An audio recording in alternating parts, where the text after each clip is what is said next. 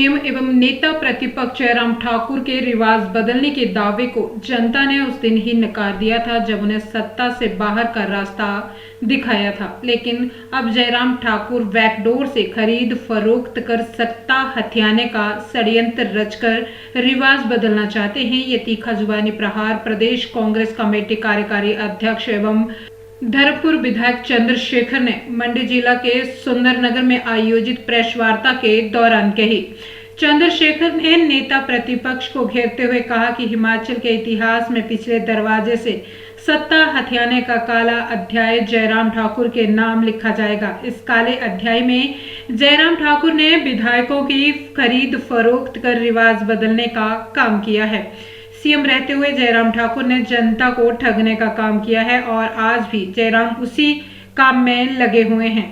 वहीं चंद्रशेखर ठाकुर ने कहा कि आज कंगना के साथ भाजपा के जो भी लोग चले हैं वे सभी नाटककार हैं। उन्होंने तंज कसते हुए कहा कि कंगना रनौत को देखकर लगता है कि मंडी संसदीय क्षेत्र में कंगना चुनाव लड़ने नहीं नया सूट करवाने आई है। भाजपा प्रत्याशी कंगना को जनता के साथ कोई भी सरोकार नहीं है। कंगना को टिकट मिलने के बाद भाजपा कार्यकर्ता और उनका नेतृत्व घुटन महसूस कर रहा है। कई सालों तक जनसंघ में रहकर कार्य करने वाले लोगों को बाहर धकेला जा रहा है। कार्यकर्ता भाजपा से पूरी तरह से नाराज है, जिसका खामियाजा भाजपा को चुनावों के दिन भुगतना पड़ेगा।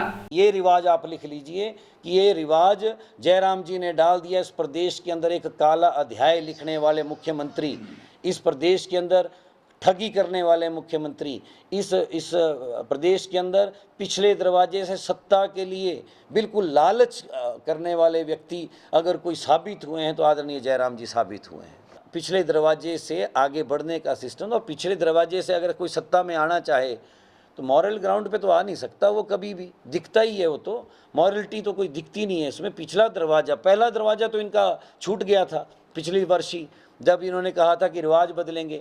सचमुच रिवाज उस वक्त तो बदला नहीं, लेकिन अभी ये जो रिवाज बदला हिमाचल में खरीद फरोख्त का, ये रिवाज जरूर जयराम जी के नाम पर माना जाएगा। उनके साथ जो चल रहे हैं वो भी सब नाटककार हैं और उनको ऐसा लगता है कि ये नया शूट हो रही है, कोई नई शूटिंग हो रही है। वो बड़ी टेम्परेरी फेज़ के लिए यहाँ हिमाचल प्रदेश के अंदर आई हैं।